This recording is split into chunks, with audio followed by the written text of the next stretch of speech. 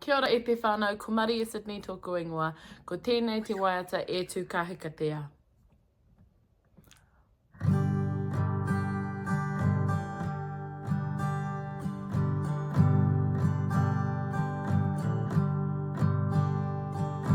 E tū kahikatea, hei whakapai ururua.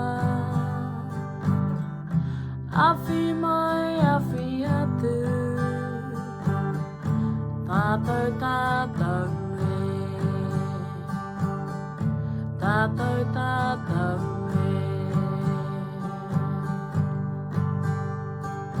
E tū kahikatea, hei whakapai ururua.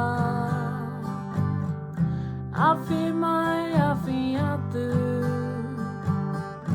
tātou tātou e,